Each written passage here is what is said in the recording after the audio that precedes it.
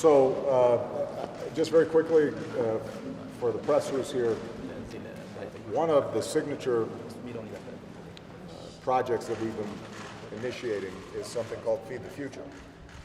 And the goal is to drastically increase the productivity of smallholder farmers all throughout Africa, because what we know is that a huge percentage of Africans are still getting their incomes from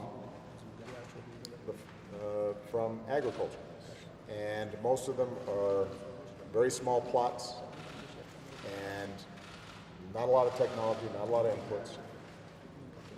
But with just a few smart interventions, a little bit of help, they can make huge improvements in their overall yield. So I don't know if everybody was able to hear, but one of our farmers, who's part of this program, increased her yields threefold. Right? So this used to be the corn that she was able to produce, and this is the corn she's producing now. With 3 times the yields, not only did she get enough income to build a new house and get some nice clothes, she also was able to buy a cow, which in turn obviously gives her additional resources to support her family. She's now able to send her children to school. And what Feed the Future is doing is not just helping the farmer to increase their yield. Now what we're also able to do is to then connect the small farmers to factories like this one so that they have a market and they're able to sell their products for a fair price. In turn, this factory is taking corn, soy, and other foodstuffs and able to package them into nutritious, low-cost meals that are actually then supplemented with vitamins and are enhancing the nutrition of low-income peoples all across Ethiopia. So, by some smart interventions, what we're able to do is not only increase the incomes of millions of people all across Africa, but we're also able to create new markets and food processing alongside the product, the foodstuffs themselves, and that helps to grow the economy as a whole. We've been talking a lot about how Ethiopia has been seeing significant growth, one of the fastest growing economies in the world.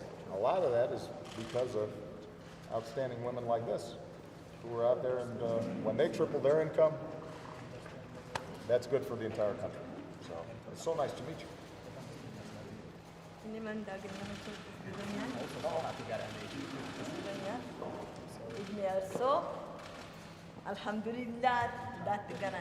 Alhamdulillah, Alhamdulillah. I'm glad that we met too. We need a good picture. Come on. Pete.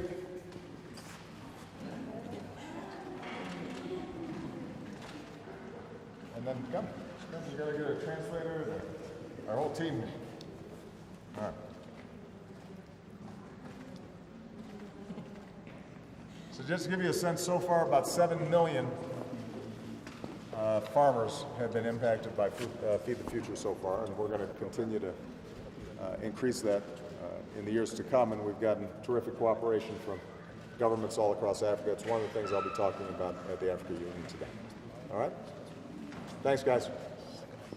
So that's another important point about the work that we're doing with Feed the Future is we're also getting companies, some of the big international food processors, to make commitments to partner with local food processing so that we can start building capacity. Historically, part of the problem is that even if you have food that's grown here, the processing is then done someplace else.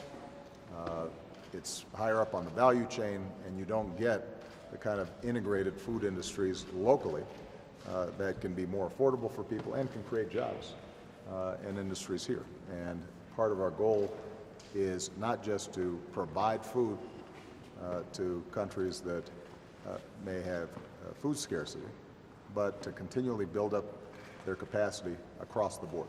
And so having strong corporate partners alongside local businesses can really make a big difference. Is there enough money for this? We always want more, and we budgeted more, but what we're able to do is to leverage the dollars that we've got alongside efforts from other countries and from the private side. And so every taxpayer dollar, every U.S. taxpayer dollar that we're putting in, we're leveraging a bunch of other money. Of course, the needs still outstrip what we're able to provide. And hopefully, by having built models that we know succeed, you know, we can accelerate this even faster. But this has been one of the most, you know, there have been questions before about what are some signature initiatives that really make a difference. This is making a difference in very concrete ways. And the goal here, as is true with Power Africa and all the initiatives that we're putting forward, is to make sure that we are not in the business of just donating, but we're in the business of creating entrepreneur opportunity and capacity locally, so that over time, you know, we want Ethiopia not only to be able to feed itself, we want eventually Ethiopia to be a food exporter as well. Okay. Did you guys catch that, though? Iman, speak. Okay, so You don't have to go through the whole thing, but just a quick summary. So we believe in women empowerment, especially at FAFA, because we believe that women are the best candidates to know the real needs of mothers and children. So we try to incorporate them at all stages of the decision-making process, because we value their opinions and their advice on how to, starting from the very top to all the way to the bottom. And what percentage of your employees did you say? 30% of our employees are female, and 30% of those female employees have been working with us for over 30 years. Huh? Excellent.